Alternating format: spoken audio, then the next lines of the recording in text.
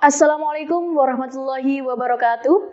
Saya Endita Berlian Aulia dari SMA Negeri 2 Tuban, siap mengikuti SMA Awards 2022 cabang lomba News Anchor.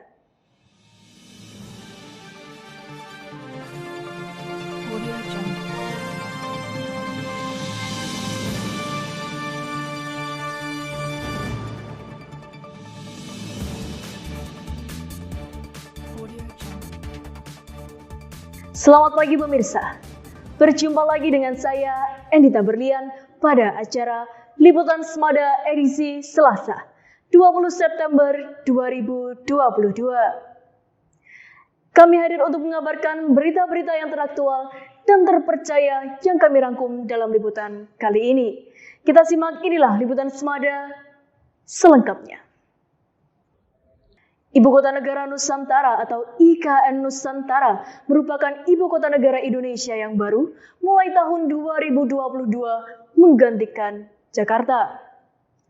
Pembangunan IKN membutuhkan waktu puluhan tahun yang terbentang dari 2022 hingga 2045 nanti.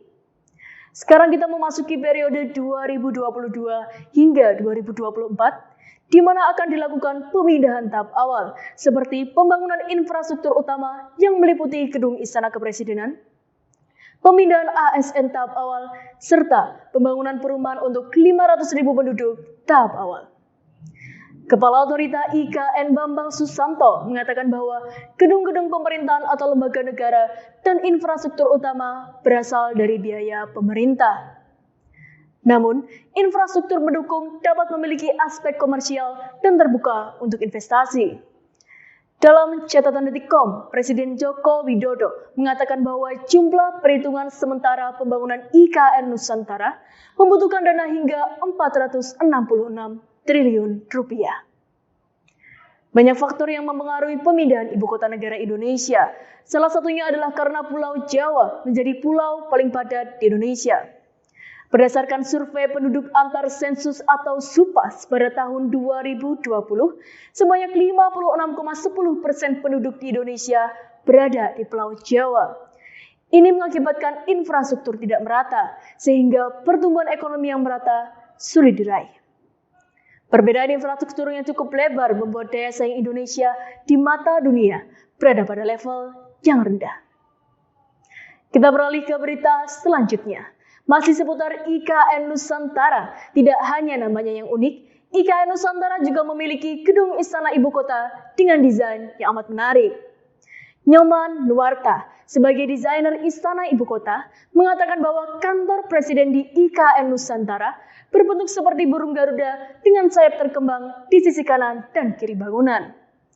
Nyoman juga menjelaskan bahwa dirinya bertugas untuk membuat desain dasar yang terdiri dari 12 bangunan, di mana desain tersebut harus mewakili dan merepresentasikan keanekaragaman budaya yang ada di Indonesia.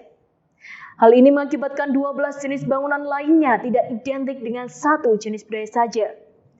Nyoman juga membangun bangunan yang menghindari efek rumah kaca dan radiasi, sehingga Istana Ibu Kota merupakan gedung yang memiliki sirkulasi udara yang baik. Pembangunan Istana Ibu Kota membutuhkan sebanyak 70 ahli, di antaranya ada arsitek, ahli jalan, green design, interior, serta lanskap guna memenuhi persyaratan gedung modern. Selain itu, Presiden Joko Widodo menegaskan bahwa IKN Nusantara merupakan bentuk Indonesia dalam menghadapi perubahan fenomena iklim.